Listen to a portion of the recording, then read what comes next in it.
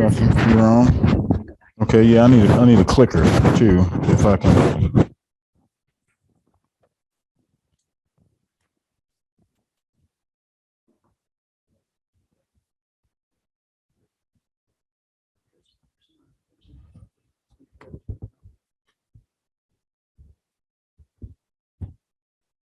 So again, we're going to examine some facts, take a realistic look at statistical data, examining unconscious and conscious bias, all right?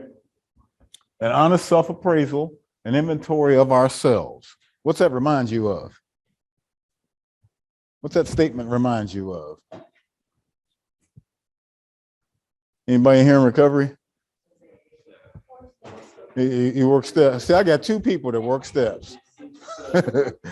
Well, it's more 4-step, all right. And if you could imagine the concept of how much of yourself you open up, how many layers of that onion you peel about yourself, and how vulnerable you become in the 4-step, and then having the luxury of somebody who's aware of the process and loving and caring of you, kind of help you sort that out in the 5th step. And so then you're ready for change in the 6th. You're ready for some new things to happen.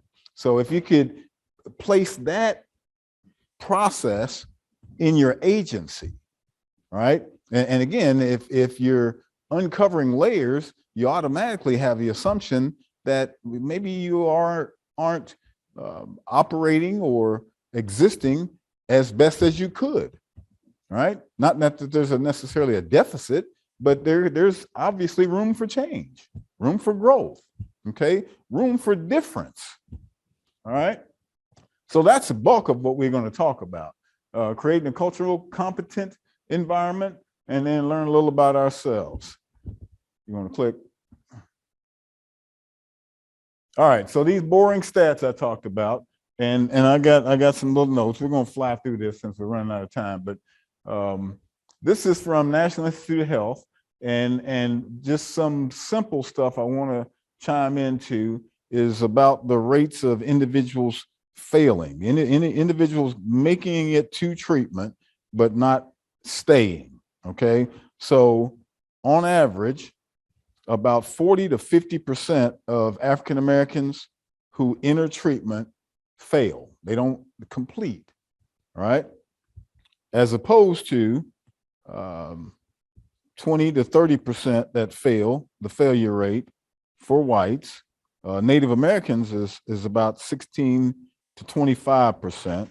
And I thought it was interesting the Native Americans have a better rate, but they often have specific culturally based treatment programs as well, all right?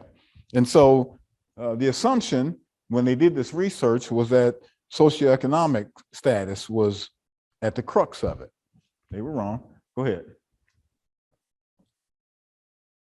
This one, I told you the stats weren't my thing, so forgive the ugly pictures and all that kind of stuff. All right. So we've got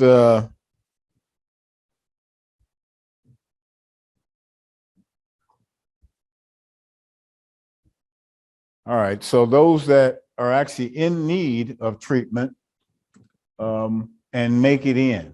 All right, so in relation, the 18 to, I'm sorry, the average age is, where we at here, 18 to 34, I'm sorry, 18 to 34 for those that the greatest population of people who need treatment. It runs from 12 to 55 or so, but the bulk of the people are 18 to 34, right? All right, so there's a real shy number, 8 to 10% of African Americans at 18 to 34 get access to treatment, right? That's nationwide. Then much greater numbers, same age group for white Americans, about almost 20%.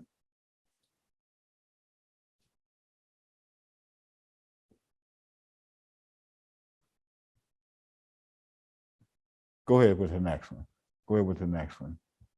All right, so here was the researchers' insight when they again had the assumption that it was socioeconomic status that created the problem. They said ultimately reducing disparities will require understanding how each stage of treatment process can be modified to address the diverse needs of racial and ethnic minorities. The treatment process can be modified, right? There's something wrong with the treatment as a result of the individual's failure rate as well as limited access. Does that make sense?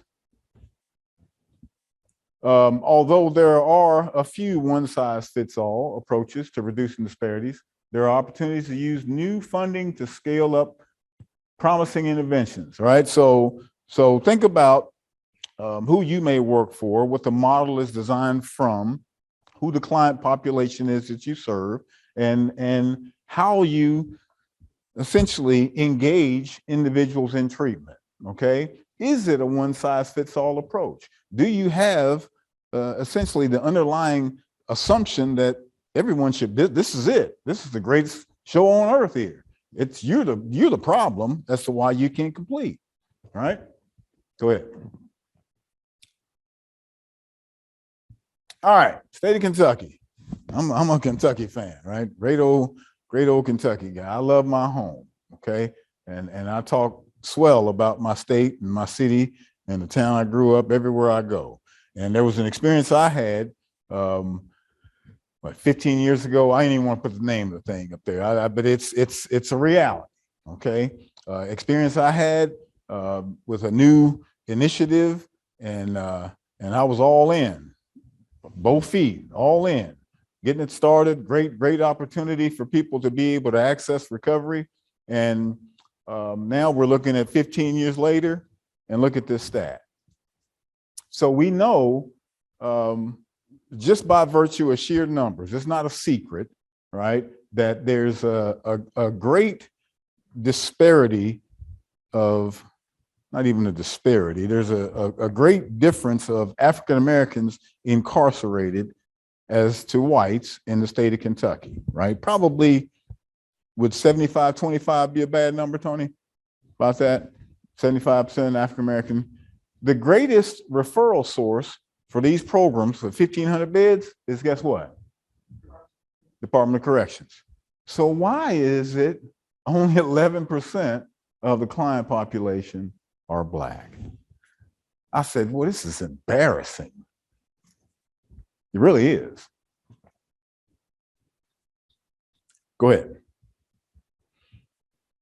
All right, now this is national numbers. This is from FBI stats. And I don't necessarily agree with that image there, okay, about the percentages. Nevertheless, we'll take it as it is. Go ahead and do the next slide.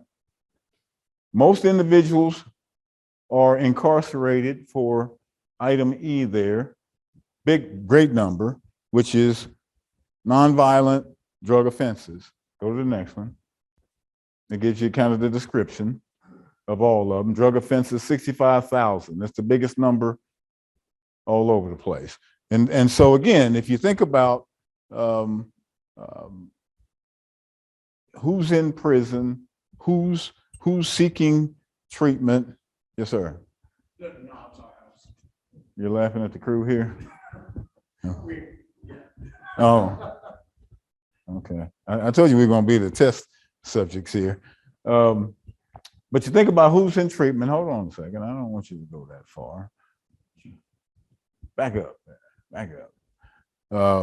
Who's in treatment? Who's seeking treatment? Right? Who is in a position where there's a desperate need, but they're not receiving access to services, and who is? And so you can't help but ask yourself, well, what's the problem? And what do you think the problem is? Cultural differences. That sounds wonderful. What do you think the problem is?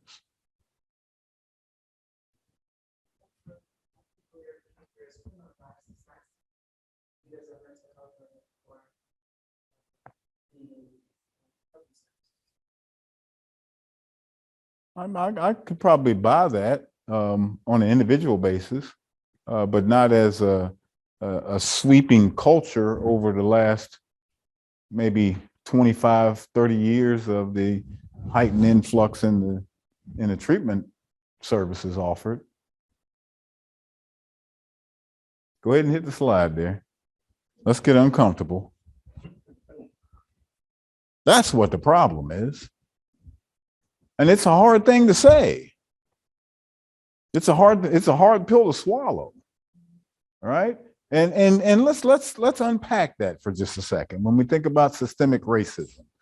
Okay, so there's an industry or agency or I would say more of an industry norm that essentially, simply by virtue of how that cultural norm functions. Let's use DOC for example. DOC, would you agree that DOC has its own culture?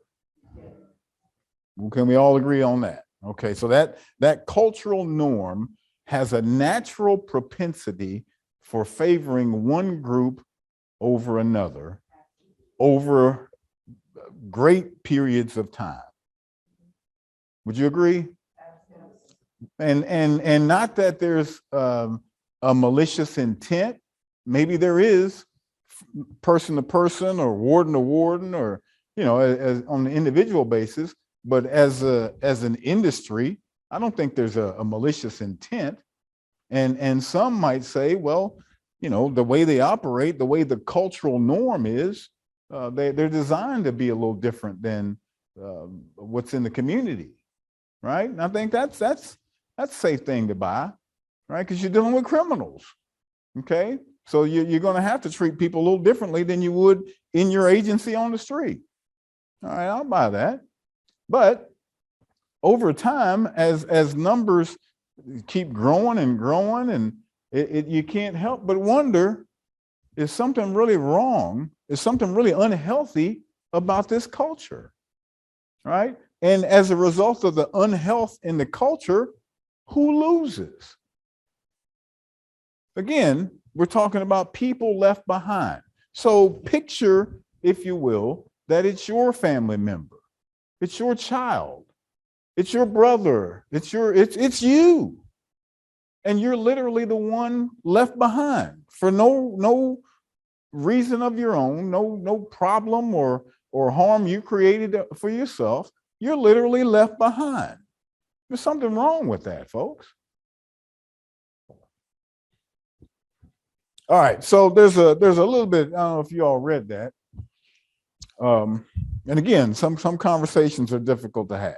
And what I won't do in this particular experience here is do any name calling, do any shaming. Four-step is what? It's a self-appraisal, right? If you and it's just about the facts. It's just about uncovering facts. Some of them stink.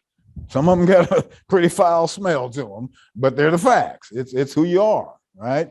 And some facts are ugly. Some facts are things that we don't want to necessarily own as a society, right? But the longer we ignore some of those facts, the more unhealthy the culture gets. All right, so part of that, I gave just one small example about the GI Bill. And we've all heard about the GI Bill and how wonderful a thing it is. And I'm ex-military myself. When I left Kentucky, that's why I left. I'm 20 years old. I remember being on a Greyhound bus and in tears, and I'm going, my life will never be the same, right?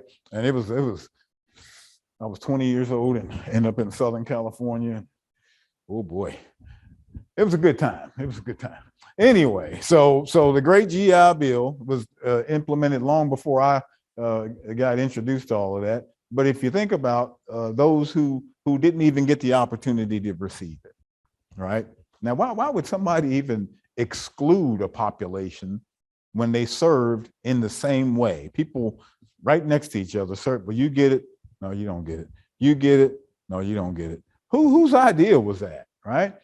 Worse than that, whose idea was it to keep it a secret now for 100 years? right? Why can't we talk about that now? Okay, things won't change unless we start uncovering some of the stinky stuff. Okay, go ahead. So again, we think about race, but as diversity goes, there's many layers, many dimensions of diversity, many things that make us different and unique from one another. Go ahead. I don't have a lot of time. That's when I had this conversation with Jennifer. We did a phone call, and I was taking notes and some of the stuff she wanted me to try and capture, and I gave some ideas myself about some of the things that I've done over the years, and then I asked her. I said, "Well, how long is the session?" She said, "An hour." I'm an hour. This is at least a half-day training, folks. Yeah, at least. Okay, and I would love for there to be some small group discussion and some yelling, you know what I mean, and just get in it, get knee deep in it, and so you go back with something. All right, but we have what we have here. So let's think about our biases. I checked in yesterday. And I came.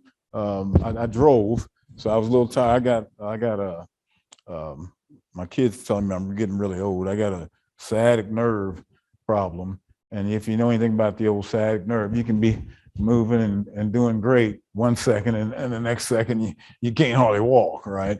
So I get up to the counter. I'm doing my little move up to the check-in there, and I give her my name. And she got my name wrong. It's a Brannon, and everybody gives me Brandon and Brennan and all that kind of stuff.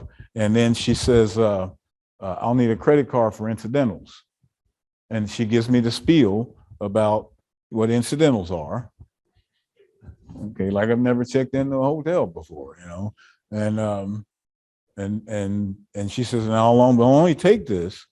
If you use buy food or damage the room. She's giving me this long spiel. I'm okay. I got you. My let me go sit down,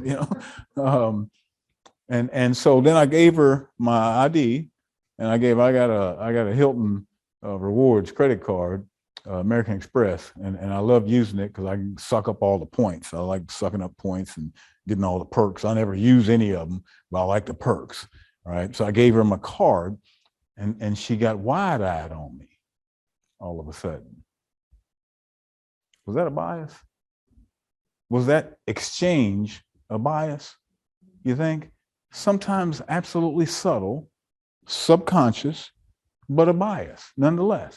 And as a Black lady, it wasn't like it was race that was the issue, but we literally sometimes look at people, and based on my next move, based on our own personal experiences and the things we've touched in the world, right? We make assumptions. We literally do. Most of the time, they're unconscious. Now, how often have you experienced a bias against you, and you've felt it? You've felt that, the impact of that. How often have you felt that? Have you at all? More often than you like? So think about this. Think about if and when you're seeking help. You all are in a life-saving, life-changing business, right? It's like the ER. And if you go to the ER and someone gives you messaging that we don't really have a place for you, what do you think that feels like? All right. So what's the messaging that that we don't have a place for you? Go on to the next one. Next one. We don't have time for that. All right. Is our client population a reflection of the community where we're located? Can you answer that pretty well? Now, I don't know where you're located. Where are you located? Owensboro, Kentucky. So give me a ratio.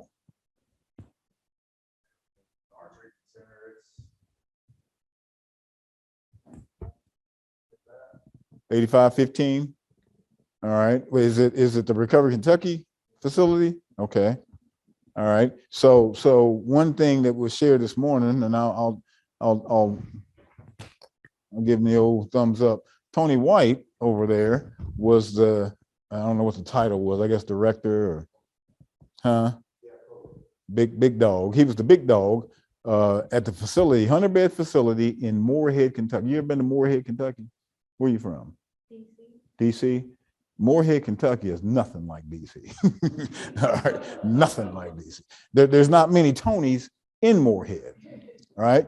However, because they put that name and that face in charge, guess what the message was?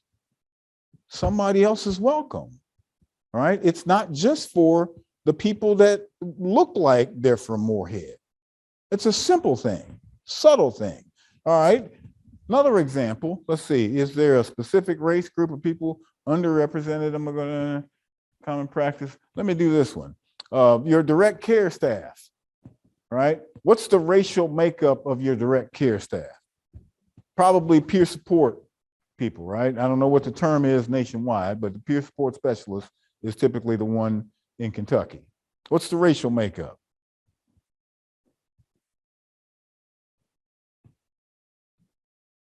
You don't have a racial makeup? All white, all black, mixed, all white, 98.2. You think that might be a problem? Now, so then you ask yourself, okay, well, why don't we have more cultural diversity in our direct care staff? Well, part of the reason of that, partly the answer to that is we can't pay them. Right? People who we would like to have won't come to work for us because they won't take that kind of pay. So here's the $1 million question. How come you can't pay them more? You would rather achieve budget or maximize profit margin over expenses as opposed to attracting and sustaining different populations. That's some of that stinky stuff. And I had a conversation with an individual, and I was talking to my 4-step girls there. I had a conversation with an individual who has an agency that has investor funding. So everything they do, they have to answer to the investors, right? And the investors wouldn't approve that. They wouldn't approve paying more for the peer support specialist. You know what that literally says? That the dollar bottom line is more important than the population you serve. Better yet, the population that you refuse to serve. That's ugly. That's an ugly truth.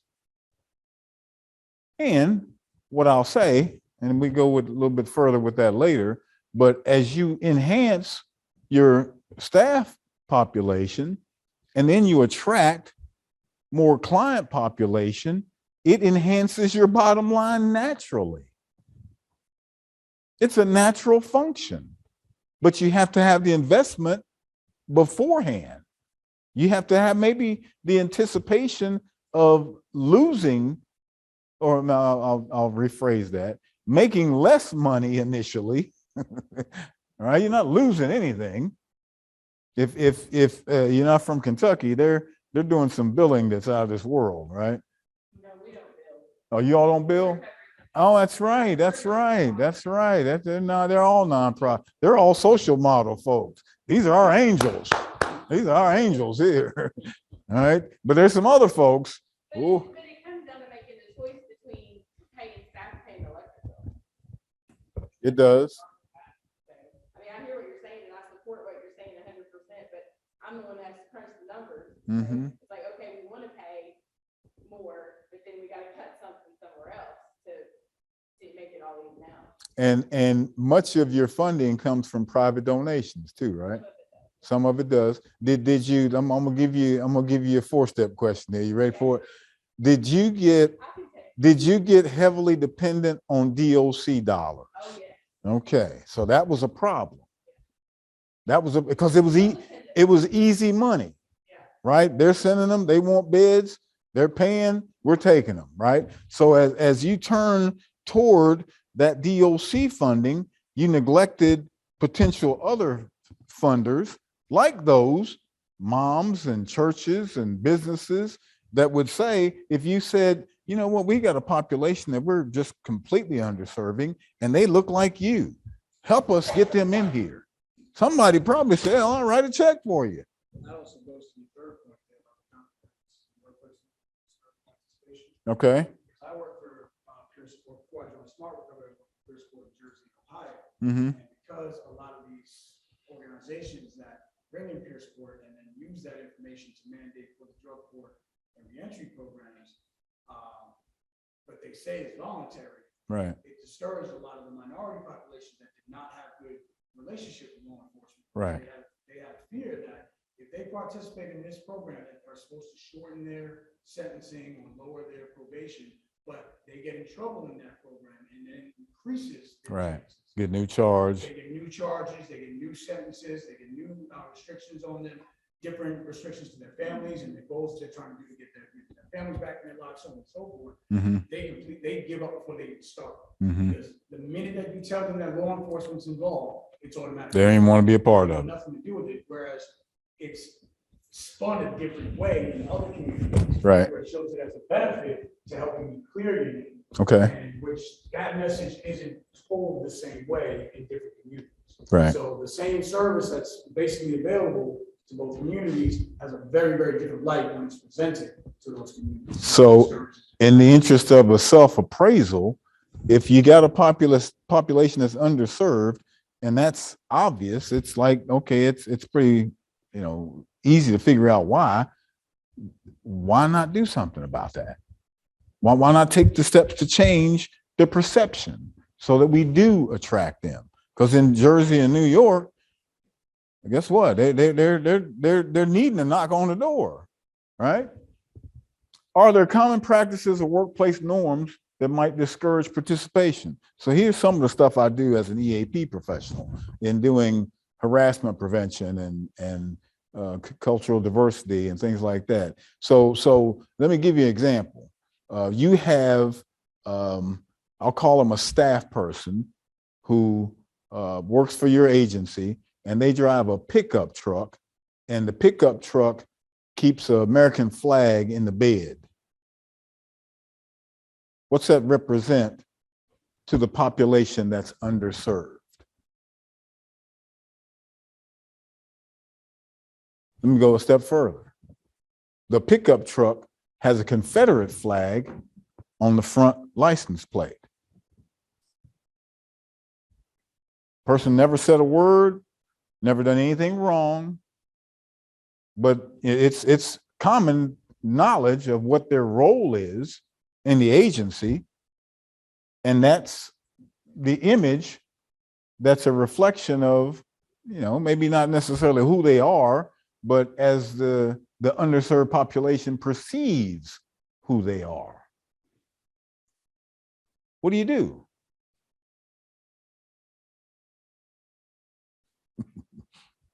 You don't have those kind of issues? Those are two true occurrences. Absolutely factual occurrences. And the people said to me, well, there's nothing wrong with that, Rodney. Say the back of blue socks. People would turn around and see this or that Mm-hmm. on the lawns of the peer support places. There's a sense of very, very different image to certain populations. And it's sad. We go to house to house and talk to people about Right. they're not participating, and they say that with tears in their eyes. That this is the community that they live in, and they feel ostracized and segregated from it because of an issue that they take, that they feel is very important to them, and they feel like part of their own community doesn't understand what the real importance about that is, and they're broadcasting that very misunderstanding. One absolutely wonderful thing he said, that the organizations are often in the community of the people who are less served.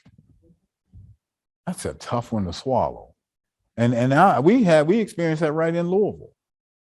And you look at it like, what's wrong with this picture?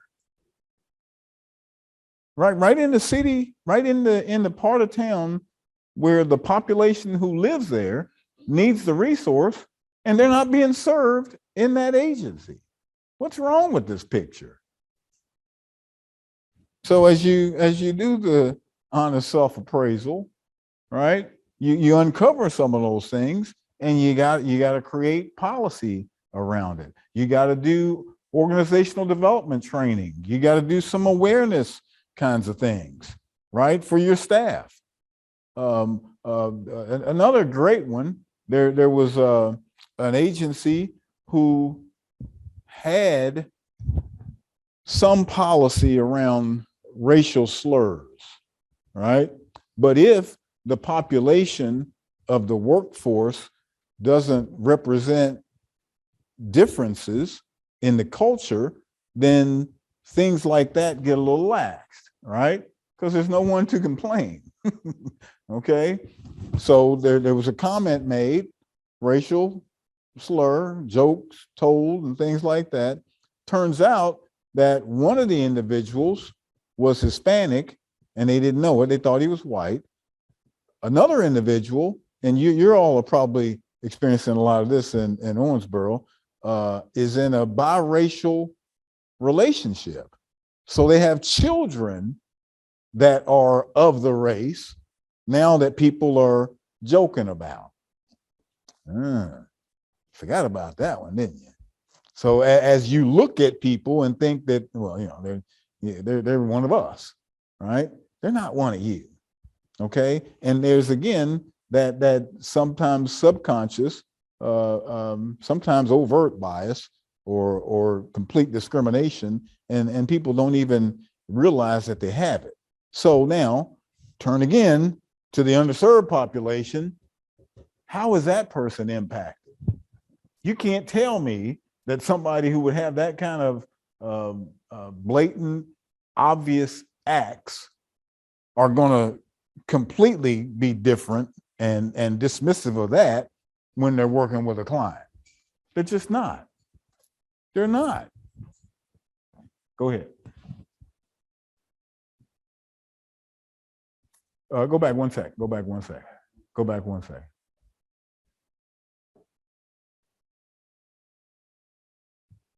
Is there an agency policy related to discriminatory language, dress, decals, symbols? If so, is that policy well known and enforced? Right? Because again, if you got an underserved population, it's incumbent upon you to take some steps to change that. And if there's a policy, is it known and enforced? I want to kind of restate that. Go ahead, move on. I got a lot on the next page here. What's the racial makeup of our leadership staff? Tony White. Oh, man.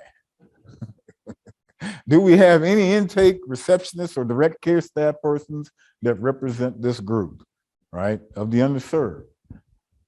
Do we offer competitive compensation for women and minorities? Again, most people say no, especially for direct care. More often than not, and I get it, I get it. It's a peer support, and I don't know what the term is in other states, is somebody who had been a client, and now we give them an opportunity to help serve the population that they came from, and they got so much gratitude that they don't even need a lot of money. They don't want a lot of money, right? They're ecstatic about the opportunity and the feeling of the gift that they got something to give, right? But you do too many of those who don't look like the underserved population, and they're untrained. Already you have a peer support, so there's no real degree. You know what I mean? There's a limited capacity that they have, right? And so you gotta really note, okay, what is the risk of harm here? And not necessarily direct harm, but sometimes you got to ask yourself, what is it that they can't give? right? So may you have to rethink who you're hiring or the compensation for who you're hiring, right? Or just go on with the status quo. I don't know. Are there HR safeguards in place to provide checks and balances in our hiring practices? Yes, ma'am. Yes, ma'am. You said that, so I don't know what it is in Kentucky, but you said they have little training, peer recovery support. Not in specific role. They have peer support training. They have training for that. Absolutely. Okay. Absolutely. However, so let's do the whole spiel. All right. So many people enter treatment with whatever experiences they've had prior to. All right. And so more often than not, they've never been a treatment professional, may have never been a professional at all, is my point. And so then moving into the role of a peer support specialist, yes, you get that specific training, that specialized training for that, but you've never had any other formalized training for being a professional. There's no even experience to bring to the table, right? You're not taught how to engage with people in a professional capacity and understanding diversity and cultural competency and none of that kind of stuff, right? Just something specific to your role. That's what I'm referring to. Okay, so I don't agree, but You don't agree? no, not for our certification in Virginia. Like there is a cultural competency training. Alethea, correct me if I'm wrong. There's a whole process and a certification process. So I think what he means, and I'm in agreement with that, is that, so for our peer workforce, we have the training where we support individuals in using their lived experience to support others in their recovery pathway. And then they come to get on the job and then they lack the skill set. And they lack the skill set of that professional engagement piece, of documentation, like what it takes to actually be part of a team and those kinds of things. And so They have to learn it on the job. right, you have to learn it on the job. And a lot of time what we're learning from is our colleagues and coworkers who aren't peer professionals. And so that's when peer drift starts to come into play and those kinds of things. And so what we've done to address that is we've added a professional development part to the module and training to kind of give some rudimentary understanding of how to do some of those things. How to approach the So I still disagree with that because it's agency specific, like a professional development with a module does not, whatever. That's why I said it's rudimentary. It's rudimentary, and so to his point, it's when he's talking about some of the population who doesn't have any of that. If you come from a background where you spent most of your time incarcerated or the corner, you get clean, you get into the recovery process. Somebody tells you, you can use your lived experience to support others and make a career out of it, and then you show up to my job with no understanding of what that means. Does that make sense? It makes sense, but that's a further conversation and one that we don't have a whole lot of time for. We don't have a lot of time for. Yeah, but you have to. I get what you're saying, right? I get what you're saying. Can I add to it? I'm gonna give you more to disagree with. The other piece to that is that there's a philosophy in the recovery community for that the message that we give to people that are new, don't focus on the differences, focus on the similarities, right? Because you'll talk yourself right out of here, okay? However, when we get into recovery and we get some level of comfort about not using or not drinking, then we have a tendency to, water seeks its own level kind of thing, right? So if I'm, like she describes, in a position now where I have limited or no experience with the workforce or the workforce culture, and now I'm given this particular role, the first thing, back to our fourth step, is that's going to be prevalent is some level of fear, right? Some level of self-esteem issue. Am I going to be good at this? I might screw this up, or I might affect somebody's life negatively, or you know what I mean? And so we tend then to do what's naturally comfortable for us. And if there's no continued engagement in the recovery process and sponsorship and support group and all those kinds of things, right? Emotionally, and how our perception of the world around us kind of takes a default back to where we always were, although not using. And so then we could conceivably have a negative impact on the people we're serving. I know you disagree. Just chew on that one, though. Chew on that one. Go ahead. Keep going. We don't have time for all that. I had some good stuff there. We don't have time for all that. All right. So benefits of workplace diversity and inclusion, improving understanding of those you work for, with, and around. Right. So some of that developmental piece is necessary, right? Spend some money on training your people. Okay. If nothing else. And I always have to say that I'm an EAP guy, and my typical goal for people is to help make the workplace a healthier environment, right? But you can't get a healthier environment without any investment. You can't substitute the health of the environment with money in the budget. You can't do it. Go ahead. You can have a copy. Yes, ma'am. You can have a copy. Go ahead. Actually, you know what I want you to do? I want you to go back to the first slide, because we're about 2 minutes short of time here. By the way, I didn't say it, but I always like to have any intervention or any experience I have as interactive as possible. And you all have been good about speaking up. Is there anybody who had a question or want to make a comment who didn't have a chance to say anything? Yes, ma'am. Yes, sir. One last thing.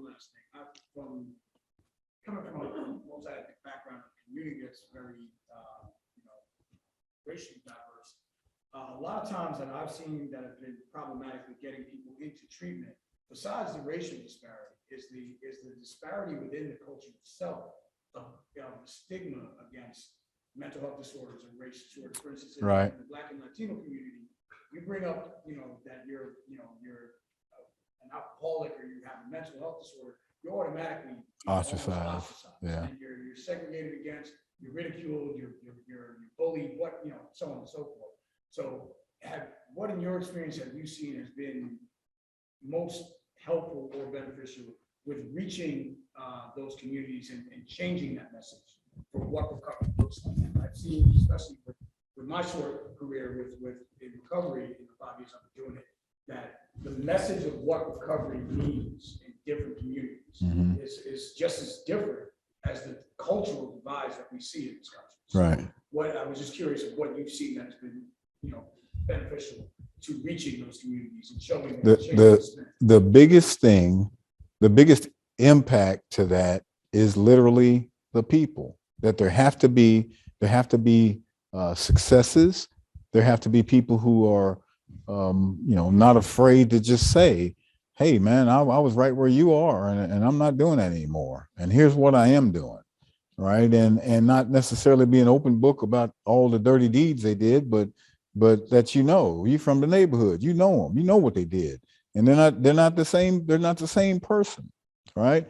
I didn't say, but I'm a person in long-term recovery myself. October 20th, 1994 is the greatest day God ever made, right? And I had the privilege back in July of last year to attend a sponsorship event, all right?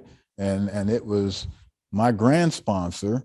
So my sponsor was there, myself, and I had one of my guys, well, three of my guys, and then they had some of their guys. So we got this huge generation of sponsorship and took pictures and all that stuff. Well, it wasn't just us.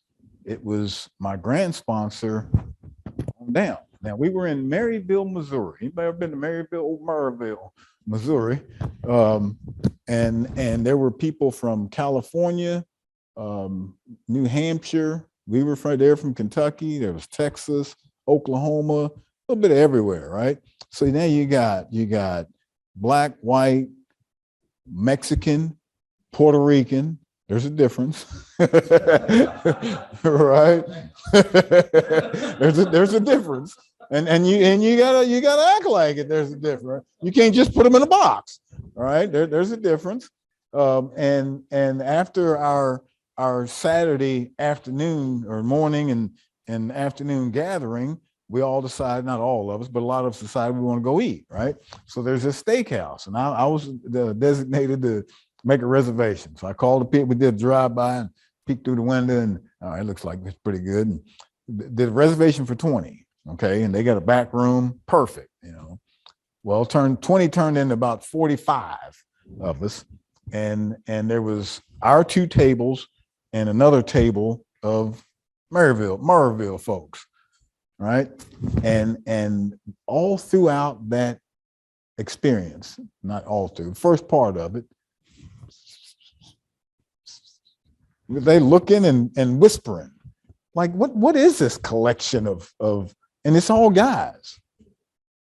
There's no girls, we're not, and no bikes, you know what I mean? There's nothing that they could just pinpoint. You can't put your finger on exactly what it is, which is sometimes a tough thing when thinking about differences. If we can't perceive of it, then it's foreign and we're likely to be afraid. And then what do we do when we act on fear? We do something hurtful, typically, right? But anyway, so they were whispering, and some lovely, probably 70-year-old lady decides to just come over to our table. One of our tables. What are you boys doing? Who are y'all? And we told her.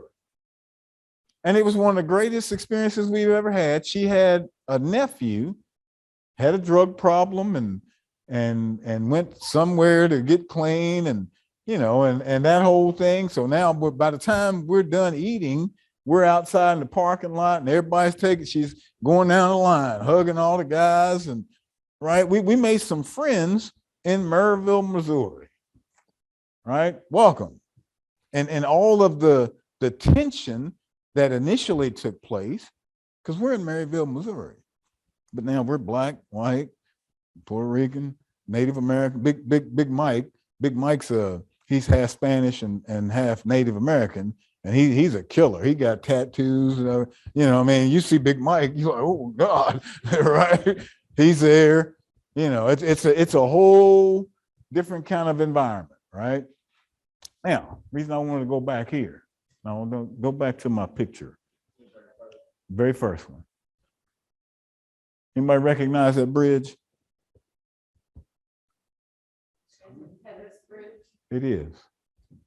It is. And I intentionally sought an image of that bridge because in my mind, I wanted to get something poignant. I wanted to, you know, have some impactful image of, you know, the history of that, right? And even the congressman that died, and he ended up being taken over on a horse-drawn carriage and everything.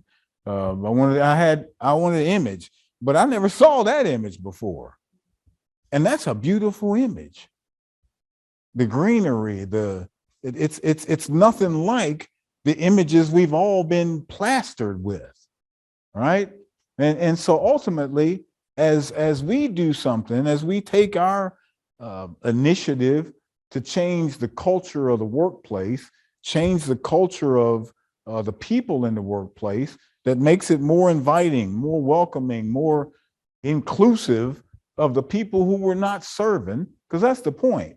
It's easy to talk about the people that are easy to serve, right? It's easy to tout that, but have you stretched yourself to reach the people you haven't served. And then the world can look a lot more like that. An ugly place, an ugly image can be turned into something beautiful. So take that home with you.